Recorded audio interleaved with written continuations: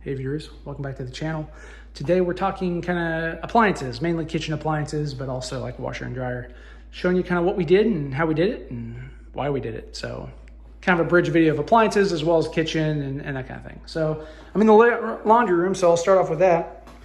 Here are the appliances we chose. We chose a pair of Samsung washer and dryer. Mainly because our previous ones were Samsungs and they were bulletproof. We love them. And everyone we know who's had a Samsung washer dryer say they are amazing.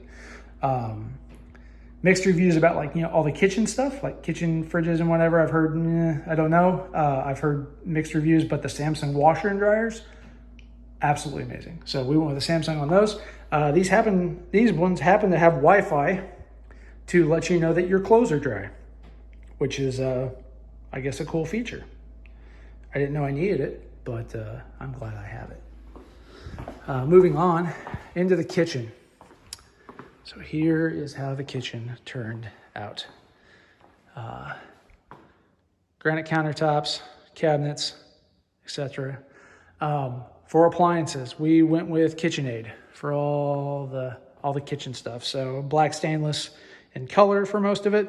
So we've got the fridge, we've got a microwave. And this is something that I don't see too often and I really like is, what we chose to do is a microwave over double oven. Kind of a wider view here. It's a tall stack, but it packs in nicely and I think it makes really good use of the space, right? So I like the way it turned out. With this double oven, this does not have Wi-Fi like the previous washer and dryer. For I think another $400 I could have got it, and I probably thought about it for longer than I should have. Basically asking myself, do you need to pay an extra $400 so you can say, Alexa, preheat my oven? I don't, but I'm a sucker for tech and toys. So we don't have that feature. I kind of wish I did though. What else? Yes. Cooktop, Kitchenaid Cooktop, 36-inch, 5-burner, propane range. Works, works really well. Yeah, so pretty cool. That thing will put out some heat. Vent hood, we went with a Barone. I can't even tell you the model number. Probably the cheapest one that we could get that would fit this space and do what we want. And so this one was tricky because I'll call it I made a mistake on this. I like the vent hood. It works great. Nothing wrong with it. But I bought the recirculation kit along with it. And what I thought was the recirculation kit, meaning that, oh yeah, like a normal under microwave type of recirculation where I could just vent the stuff back into the room and it's fine, right? No. This recirculation was basically designed to give you the ducting pieces to dump out to a soffit. So that was fun. I was like, oh crap, what am I going to do? So the solution we came up with was we needed to vent it somewhere. So we vented it in the pantry. Bonus, here's the pantry with its granite. Turned out really nice. We vented it in the pantry. So I basically routed the ducting and the exhaust up there. Not the best ducting job. I don't like doing it. Ducting wants to kill you and cut you to pieces. So, it cut me a few times. But it works well enough. It does its job to exhaust that air. And full disclosure, is this code or anything? I have no idea. The fact that I can buy a recirculating, vent, right, in my kitchen that will exhaust the air back into the kitchen makes me think that there's nothing wrong with doing it this way, right? I'm just exhausting it to a different place. And so I think it'd be perfectly fine. And I think it'll certainly be effective. It moves the air. So that's what we had to do. That was a surprise, right? Pop filler. Most every other fixture in the house, we went with Delta for all the bathrooms. The kitchen, we were going to save a few pennies. And so we went with Pfister. So this is a Pfister pot filler. And it installed pretty well. Your normal kind of headaches where I was all ready to install it. I get it all ready and then realize, oh crap, it requires you to have a brass nipple to attach it to and I don't have one, so I had to run to the store, that kind of crap. But other than that, worked really well, installed really nicely. And so far, I'm happy with the build quality, especially because I would have paid double for the Delta model.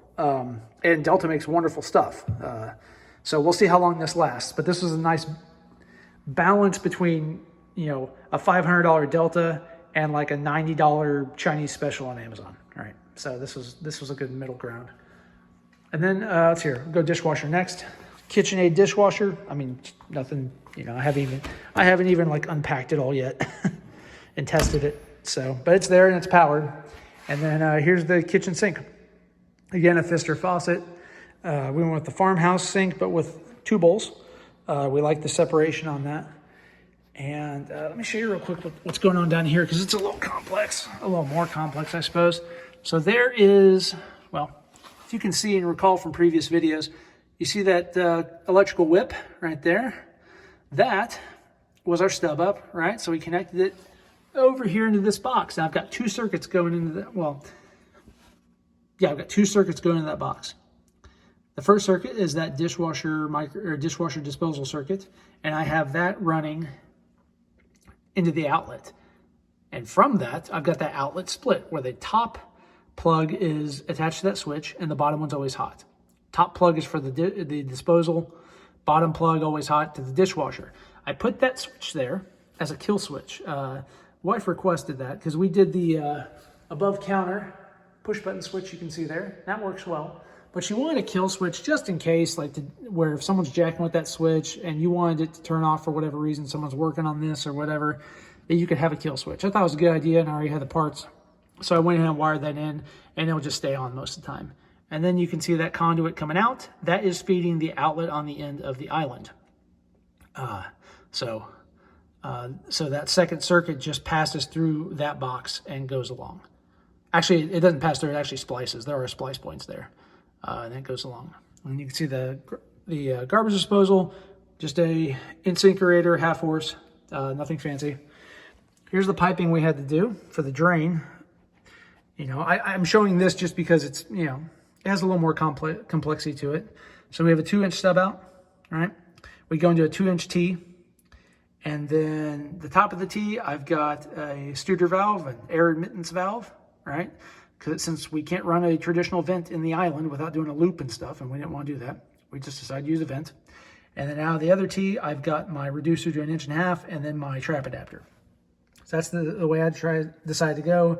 And then the trap adapter up into a T to catch the right side of the sink with the basket strainer and the left side of the sink with the garbage disposal. So that's how I did it. Seems to be working.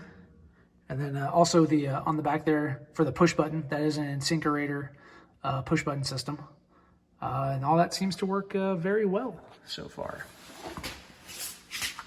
And I think that is it for the kitchen.